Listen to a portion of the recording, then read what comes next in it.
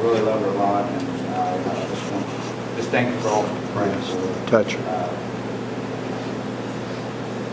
She's had several heart attacks and strokes. The enemy's always been trying to beat me up and get me to stop doing things for the Lord. And this is one of the times I know he was trying to attack my life. So I'm just thankful that I could be here tonight.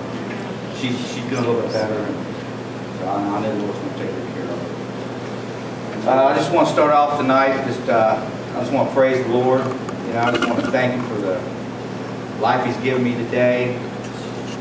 I want to glorify Him tonight. It's all about Him. It's not about me tonight.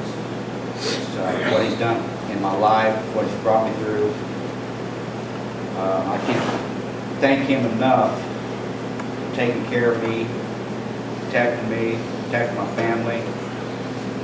I made a wreck out of my life. Made a wreck out of my family's life for so many years. Drugs, drug addict for a long, long time. The Lord brought me through that. He's delivered me from it. He's took the desire from me to use drugs. He gave me the desire of His heart, to serve Him. And I'm so thankful, that I have Him in my life today. I grew up without parents. My father died when I was 2 years old. I never had a chance to know. I have one memory of him. He was sick with cancer. He died of cancer. I have a memory of him laying on the couch. I was crawling around on the floor. I don't even remember. I can't believe I remember this. That's the only thing I remember. He was laying on the couch, sick. And that's the only picture I have imprinted in my head. I would have loved to have a father. I missed a lot of things. Went to school. The other kids had fathers. They played ball with their fathers, went fishing with their fathers. I didn't have that. I just thought, and I just didn't know why He was taken so soon from me. My mother died when I was between the ages of 10 and 11. She was an alcoholic. A lot of members in my family were heavy drinkers. She was a real heavy drinker. She lost a child, a daughter, my sister's twin sister, identical sister. I believe probably, the heartache from that, my father's death, she couldn't deal with the pain and all that. She started drinking. She drank a lot. She drank really heavy. She drank probably I'd say a fifth a day is what I was told. I remember pouring her whiskey out and diluting it with water so she wouldn't drink so much. I don't have very many good memories of my mom. I knew I loved her. She did her best with me. She was illiterate. She couldn't read or write. She could write her name. Somebody taught her that, and that was it. She did her best to raise me for the time I had with her. She was, my memories of her just being drunk.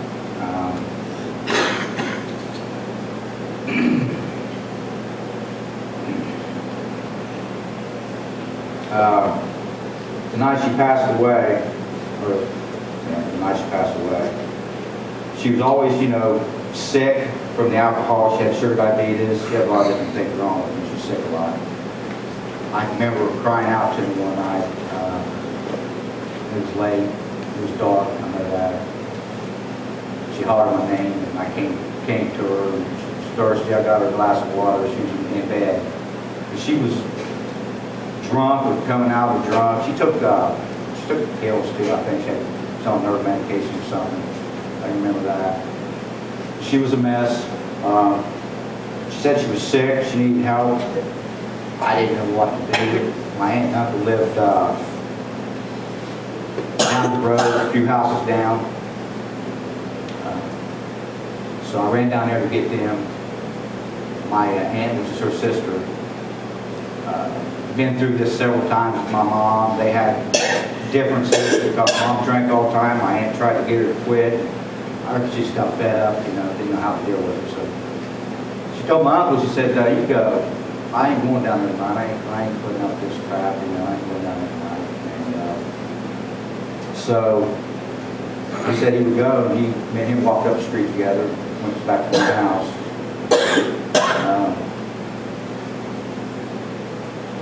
Get in the house, he tells me to go to bed,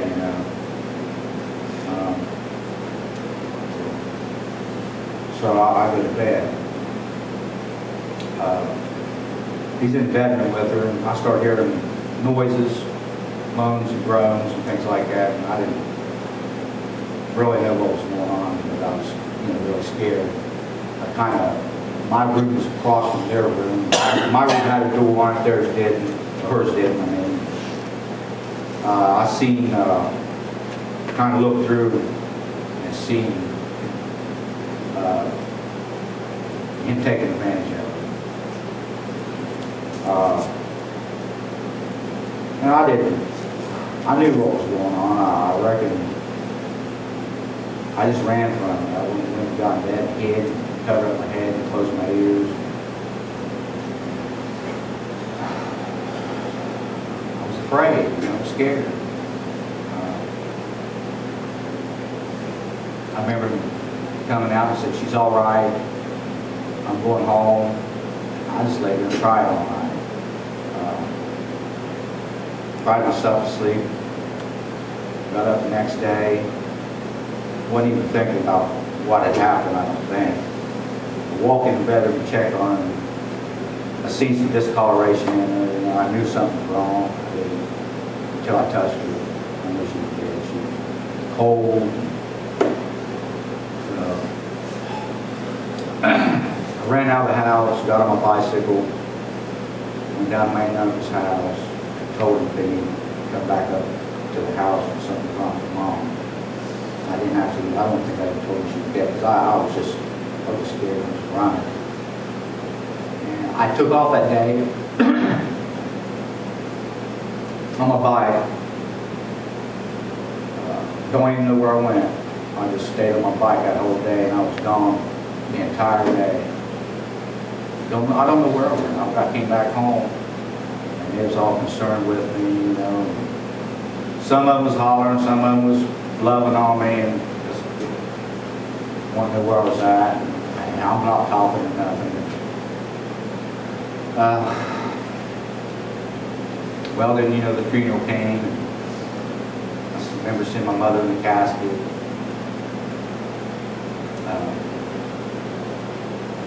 What really hurt me for a lot of years was that when I found my mother dead, and when I seen the funeral, I didn't even cry. I didn't cry. And as I got a little older, I started thinking about that, and I hated myself for that. I didn't cry.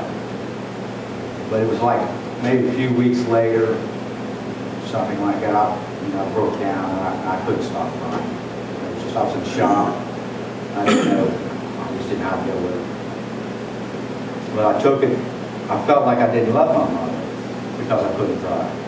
It just tore me up inside. What's wrong with me? I couldn't cry at my mom's funeral. But I held myself. I beat myself up pretty bad with that.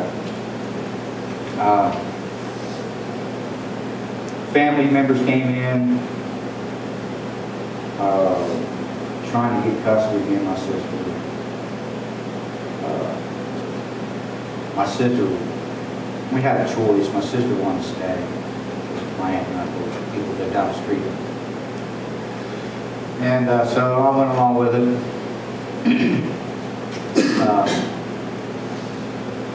This was the same guy who took advantage of my mother. The people who take care of me.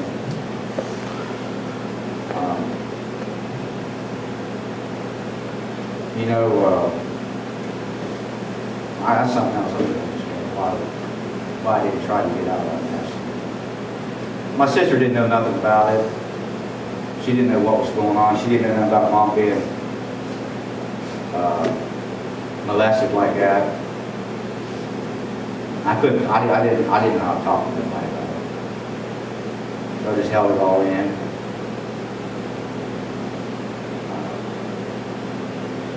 I'd say probably the time I was 12, I just stayed away from home. Did a lot of, there's a creek down by the place I live now. I just hung out down there. Hung out down there all the time.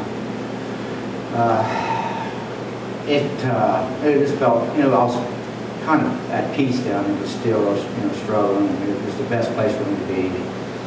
But me living here with my aunt and uncle, he began to molest a couple family members in my family that was living with us. They were girls. I would get up at night. I don't know when it started, but I remember getting up at night, going to the bathroom, or getting some water, and catching like the bedsides of these girls. And he had his hands under the covers. And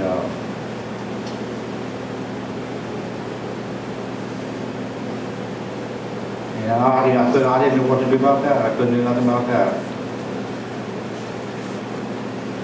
And I looked up to this man for a long time before all this happened. I looked at him as a father figure in my life, and that's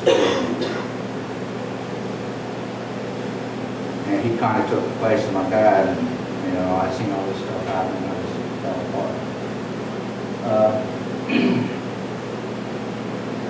I went on for several years. There again, I ran from it. I stayed away. Every chance I got, I wasn't home. I'm very thankful, really, I guess.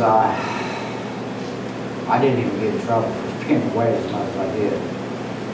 I don't know what would happen if I would have been there.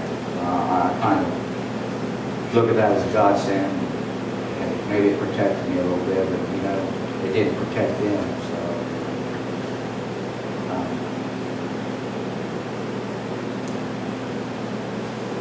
I started first drug I started using was marijuana. I didn't know nothing about drugs. Somebody introduced it to me as a friend or family member, a guy, and I've smoked once or twice. Didn't do nothing for me. I remember drinking a few beers when I was younger. Yeah, I got sick off the bed, and I didn't care much for it. But my aunt had some nerve pills. I need to buy them. And I got into one of them, man. I fell in love with them. They took all the pain away. They took all the heartache. The depression I was going through. And I cried out to God a few times being a young boy, asking why this was going on, why me, and I felt like when God passed me by, He didn't care about me, He didn't love me. I believed in God. I just didn't feel, He cared about me.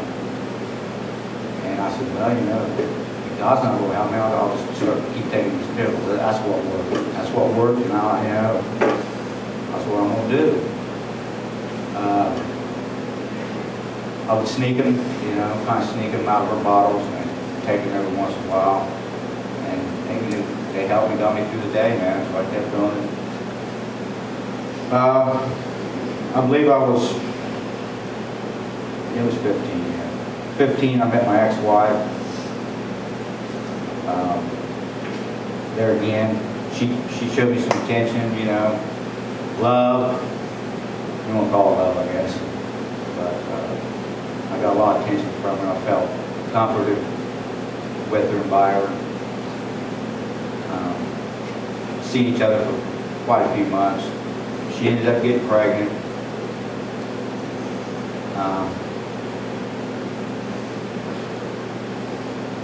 And that terrified me.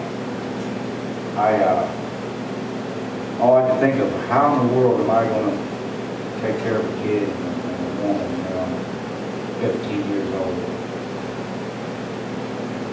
But all I know was I was dead set that, you know, I was going to take care of the boy because he wasn't going to grow up without a father. So I worked every summer, bricklaying and pot carrying and things like that. You know, the money I made went for him, for diapers and things. But when we sit down with their parents, I remember that. Wow. Yeah. I couldn't, you know, she didn't want to. She wanted to hide it as long as she could. I said, no, let's get this over with. And we actually sat down within one night, told me to talk to him, and sat down. I told her. I'm scared to death. I think I took a Valium for a win. But I did, and they took it really well. They said that they was behind us because they asked me what I was going to do. I said, I'm going to be there for them, you know. I said, I know I'm young. I don't know what's going to do, won't happen, but I'm going to do my best to take care of him. And he liked that. He was a Christian man. But what happened was, it was probably within a month, they sent her away to her mother's house. This is her father and her stepmother who was talking to, and her mother's house was an hour's drive away or so. And they sent her down there, which that cut me off from her. And the baby wasn't born yet, but it cut me off from her. And she had the baby down there. Her mother really disliked me. I have long hair. You know. Yeah, my name was Hippie. She didn't like me. Even though I was sending her money, she didn't like me. So, well, no, I wouldn't even allow to talk to her on the phone.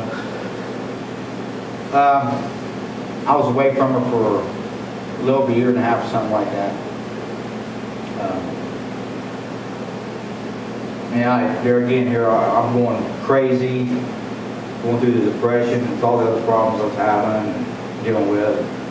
Heartbroken, wanted to take care of my kids, couldn't do it. And here again, I'm blaming God for all this. I'm mad at God. And crying out to him, asking why. I see other kids running around, parents happy, and I'm always depressed. You know, loner. I was a loner. I didn't hang out hard with nobody until I got a little older. But never felt like I fit in nowhere. Just felt like an outcast. There was something wrong with me. I really thought something was wrong. This didn't fit in, man. You know. But a year and a half or so went by. She graduated down there, and she called me one day and she said, it surprised me because I couldn't talk to her on her phone. She called and said she wanted to get with me, that she was leaving home, she was getting ready to graduate, she wanted to get with me and bring the baby back up to me and everything like that. And that made me very happy. So one day she come knocking on the door and there her boy was, you know. And that's probably one of the happiest days of my life. I mean, I can't think of nothing. All the depression, everything I was going through, pills I was taking, but that there, brought a little joy in my life for the time being. We lived together, I'd say, for maybe a month. Stayed in Miami numbers. Her mother, her father, and stepmother, they didn't like the idea of us living together. We can't let them. He was Christian. He said, "You guys need to get married." I said, "Okay."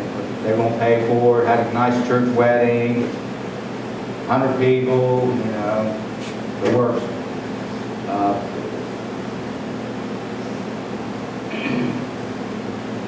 We get married,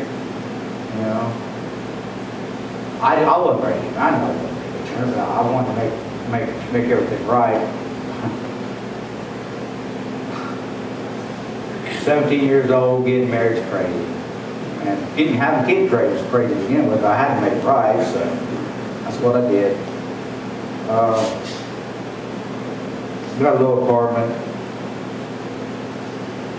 She got pregnant again, had my daughter, and was about between 18 and 19, something like that. And here I am, still taking the nerve pills for my depression and nerves. I come to find out that I could go to a doctor and get all these pills. Yeah, I didn't have to worry about taking my aunt's pills and stuff like that. So I got an appointment with the doctor, and bam, he started handing it to me like candy. It was all in. I just had them all the time, had them as I wanted. I was taking them right to begin with, and I started using them. Once you start taking drugs, you got to take more because you get tolerant to them. That's exactly what happened, and from there, there on, my life was a total wreck. There's just nothing about the drugs. I'm very surprised that my children turned out the way that they did. I'm so thankful to God for that. He's protected them. He protected me. He protected them. He kept them. He watched over them.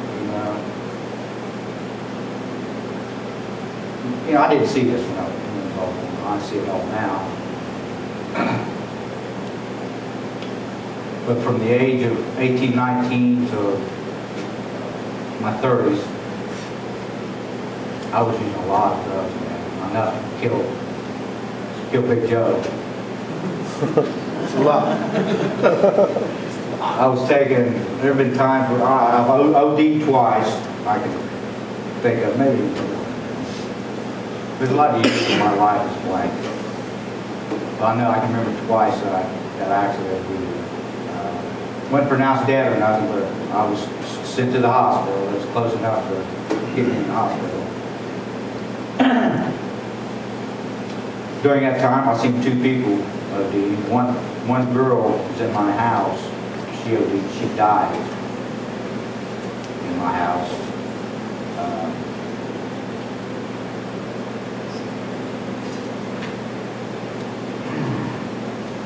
And that still didn't change my life, and I still kept doing the same old crazy stuff. The ODs that I went through, seeing that, they didn't change that. Felt bad about it, cried about it, prayed about it, cried out to God about it. I still went back to doing what I knew how to do.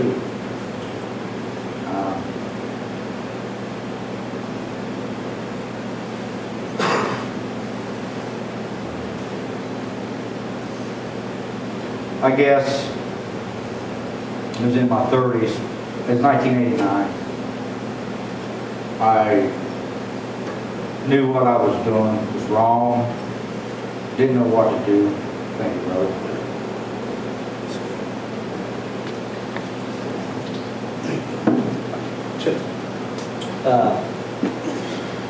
Didn't know what to do about the situation. Went to a church when I was really young, and this was before my mother died. My aunt took me to no Nazarene church. They had an altar call one night, and that's when I first heard the gospel of the Lord. And they was preaching about going to hell, telling me about the love of Jesus, how He can change your life. Had an altar call if anyone would like to come. Come on up. And I remember feeling that pull on my heart to do this. I was scared to do it, believe me. But I felt that pull, and I can remember standing there looking around waiting for somebody to go. Nobody was going. I began to cry, and I just by faith stepped out of that aisle and walked up there. And kind of with my eyes closed, walking up there because I thought everybody was staring at me. he grabbed me by the shoulder and he said, "You know what you're doing, son?" I said, "Yes." I said, "I know I've done wrong, and I've sinned, and I want to go to heaven." Okay, so he knelt down with me and he told me a little bit more and prayed with me. And I remember just bawling my eyes out, man. And after I got down, I felt so good. Well, like I said, I could never understand after the way my life was going. I always thought God was going to fix everything when that happened. You know, I thought my life was going to change, everything was going to get better. And, you know, I didn't know enough about the Word. I know that we have to go through trials and tribulations, so I didn't know that. Really, I would think about that at that time, and then the things I was going through, the trouble I was going through. And that's what really made me angry with God and hurt, and I thought He never loved me and all this, because I went through the altar, you know, I did this would get better, and it wasn't working. In '89, I had a talk with my wife. We was invited to go to a Baptist church. And I knew what I felt that day when I was a young boy. I knew that was the Lord in my life, and I knew He had pulled my life somehow. You know, I just didn't know how to reach it. I didn't know what I was doing wrong. So I wanted to go back to church. Went for a week or so. They had several altar calls during the few times I went. I didn't go. And one night, I looked at my wife and I said, and they had that altar call, and I felt that tug in my heart again. I told her, I said, I'm going. If you want to go, come on or not. And she went with me. And I went up there and had a talk with the pastor, and he asked me if I was saved before. I said, well, I went to all when I was a young boy, and you know, I believe I was. And he said, well, do you want to make it certain tonight? I said, yeah. And we went through all the praying and everything, and I'm thinking about all the sin I committed and confessing them. Went through all that. My wife did the same. We'd come up out of bawling, you know. They had a baptismal service a week or so the next week. We went through our baptism. And my life was doing good after that, man. I mean, we was going to church. We seemed to be happy. But I had a lot of friends I couldn't get rid of. You know? I told a lot of them what I was doing. I'm going to church. My life's changing. They scared me. They all scattered. There's just a few couple kept bugging me. I folded, you know. Fainted. Ended up doing a little this, doing a little that, and got right back in that stupid lifestyle. And got out of church. But I knew it was a real thing, man. I knew that Jesus was real. I knew deep down He loved me, but I still had this stupid way of thinking that I still went through all this. Maybe He don't. You know, the devil was doing a trick on me big time.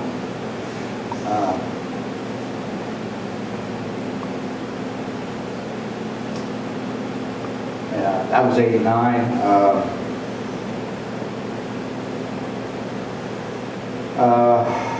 Went back to my drugs and stuff, like I said. Things got worse. Started using street drugs, hard stuff. Spent a lot of money, man. Lost a lot of good jobs. A lot of good jobs, a lot of money wasted.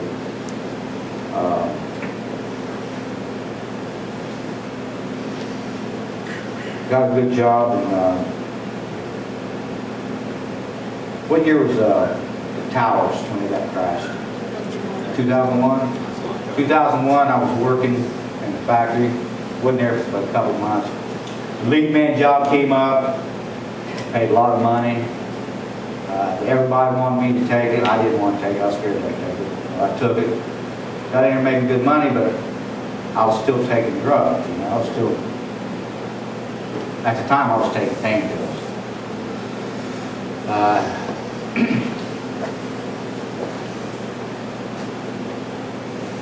I didn't want to lose this job. I started missing a little bit of work, known I was going to get fired sooner or later. I came home one night, and I remember just getting my paycheck. When I got 8 ball of cocaine. I very hardly ever did anything like that so extensively. I did that night. And got higher and kite. Got so high I thought I was going to have a heart attack, so I started taking pills to bring me down.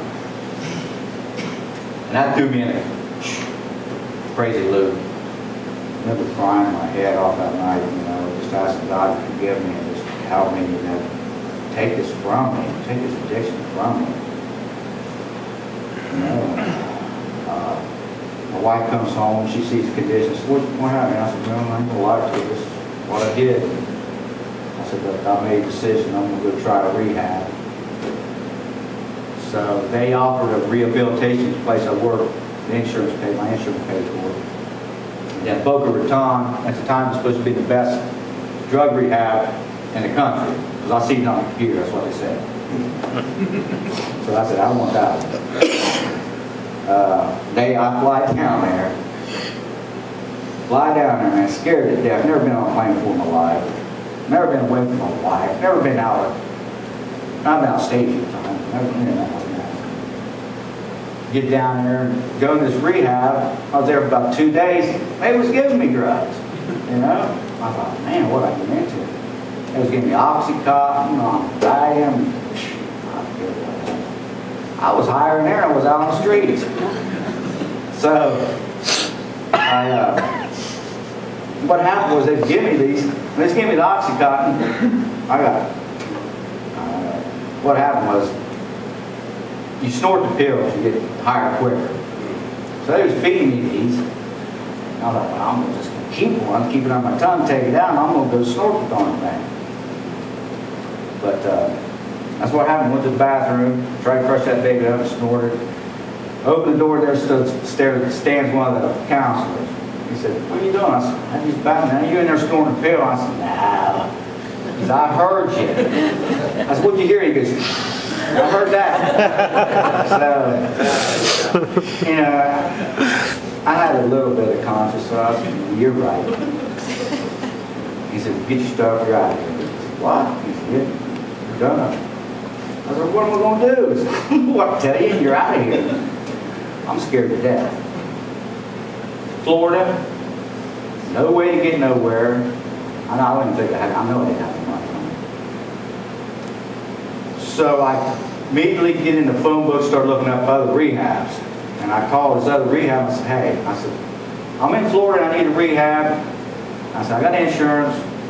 Come on, we'll come pick you up. They sent a limousine after me. They pick me up. They take me to the airport. They take me to the airport so I can get on a plane and go home. I said, I can't go home. If I go home, my wife's going to leave me. She's going to kill me. I'm going to lose my job. I need to get another rehab. So I go to the airport and call. That's what I do. I call the rehab at the airport, and they come get me in the limousine. They come out there signing Chester on it,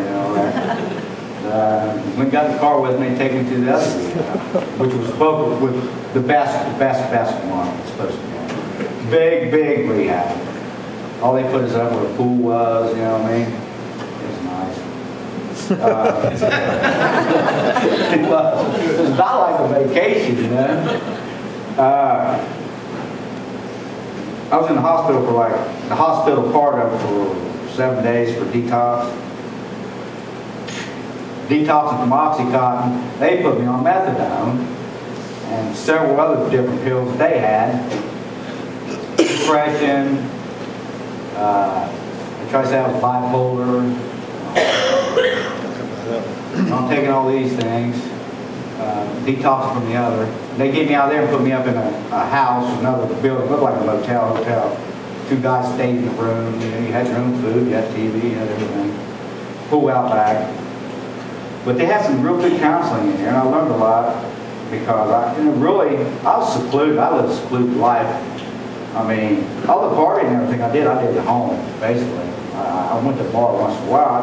I didn't run around and party per se like a lot of people did. That very secluded life, when I And my way of thinking was, I think I'm the only way in the world. I'm the worst one in the world with this drug addiction. I couldn't imagine anybody being worse than me. 'Cause I could take 30 Valium, pass out, and 2 days later I get back up and start coughing again, you know. Tons of coke. And just a lot of drugs. I just thought I was the worst one in the world. When I got down there, I found out, man, there was some people out there just as bad as me and worse. I seen some young 13, 14-year-old kids in there with tracks, heroin tracks up their arms, man. That tore me up. But we had big groups, probably as big as this. We'd have big meetings, like we have on Tuesday nights, men's meetings. We would have them. We would share, give our, talk about our, you know, like AA meetings and AA meetings and stuff. And that's when I got first introduced to the type of meetings, and they helped me. You know, they did a little something for me. Not enough.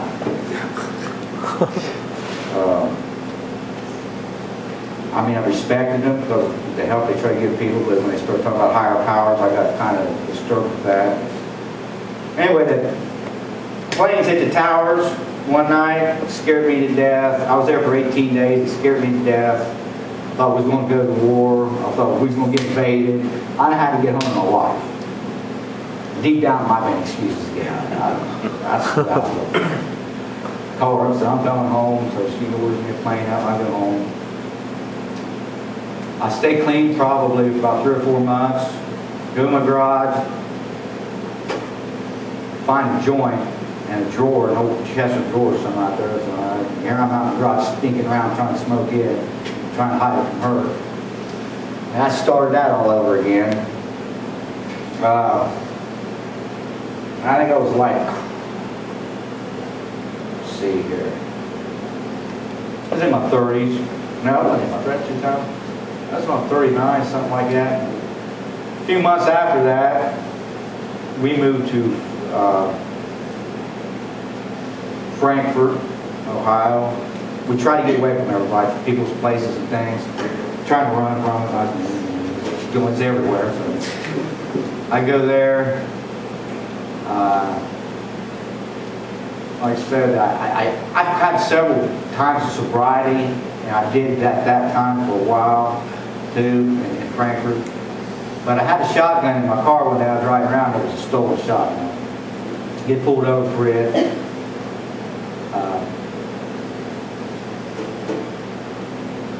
Go to jail. Man, I'm just so tore up. You know, here I am in jail. I've been jail several times before that. There's so much in my story, man, I can't do it all in. So I can't count how many times I've been in jail for stupid stuff like that. Get pulled over by a shotgun, go to jail, and get him for receiving stolen property, which is a felony. Here I'm thinking I'm going to prison. Scared to death of that. I remember being in jail and crying, asking God for help. And I did that for a while, and I finally just quit crying. I said, Lord, you know, I said, I'm tired of asking you for help. Every time I get in trouble, I'm asking you for help, you know. I said, I tell you what, you know, this is what I'm going to do.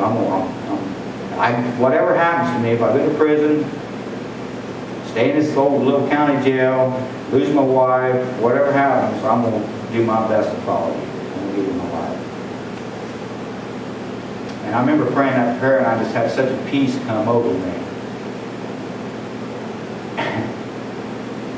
The next day I got out of jail, well, the next day I went to court, they let me out of my law bond. I went home and told my wife about it. She thought I was crazy.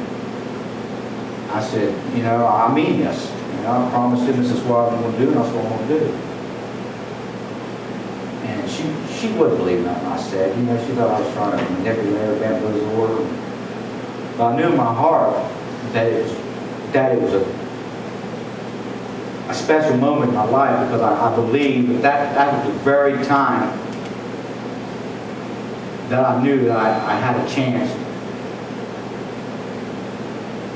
follow him, and things were going to work out. That's the very first time I really believed.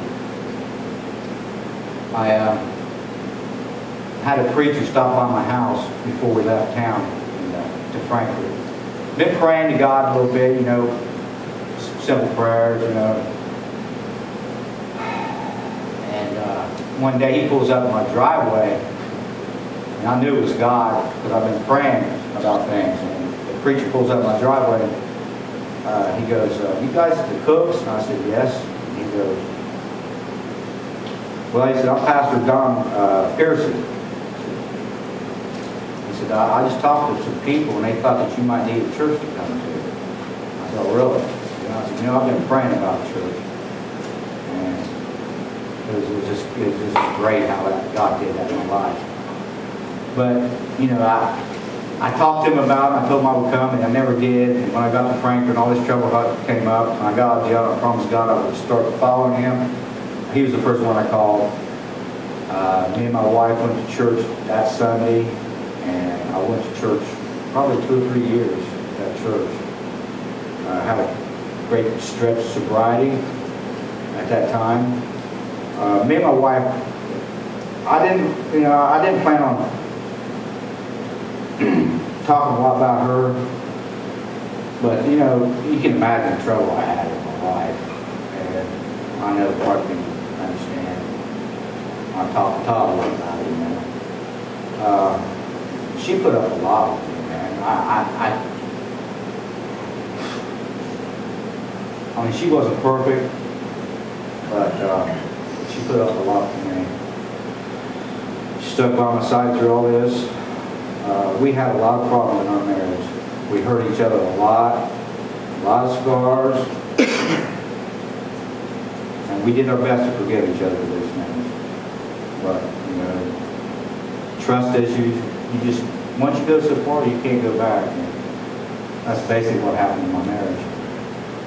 But we was going to this church. You know, I'm going there to do what I told I was going to promise God to do.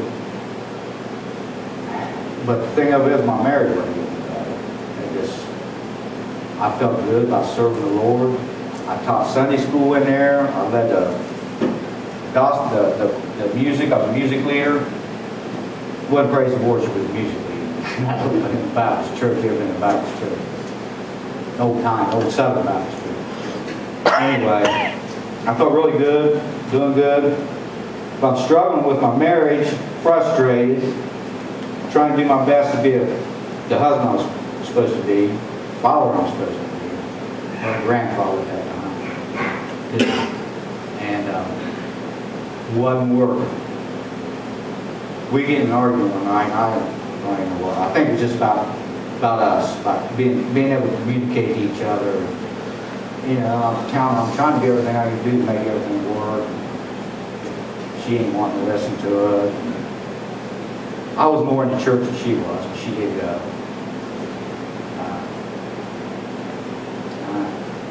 The church had a split. There was some people that she liked, a couple girls. They left the church. She got upset about it. She said she was leaving the church. And I told her, I said, I can't leave that church. I got responsibilities in this church. I love this church. Look what it's done in my life. You want to leave? So we had a lot of conflict there. But what happened was she decided to quit going. I kept going for a while. And she, you know, I was praying. She would want to come back, and she never did. It slowly drove me away from the church. A lot of guilt about that, man. I'll tell you, a lot of guilt.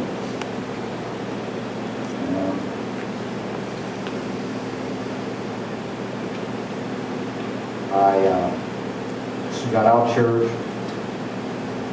We got good fights. I went to start taking a few pills here and there again.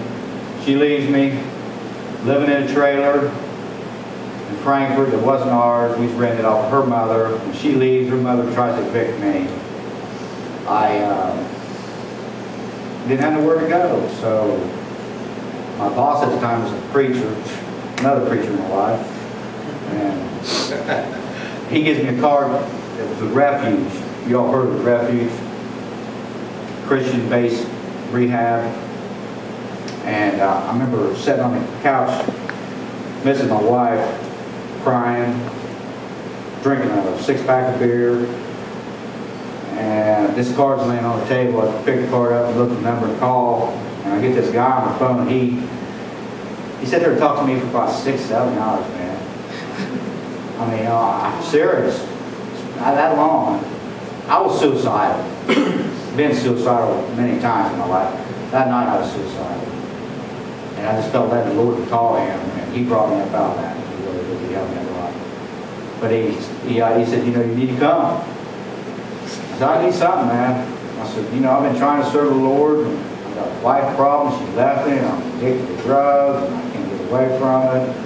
You come here, you walk in the door, you won't want to go again. I said, I promise you, the addiction will be gone. I said,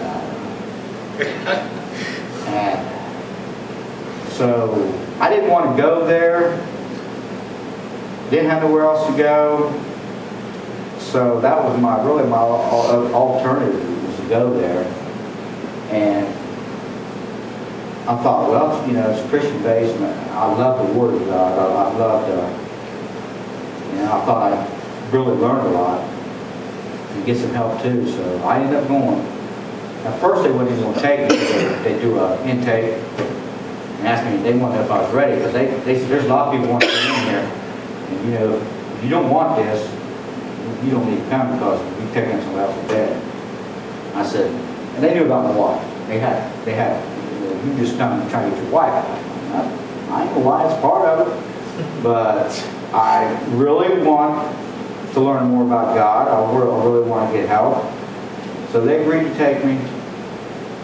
I was in Cincinnati for 30 days. Went from there to Adams County, Benton County for a month apiece.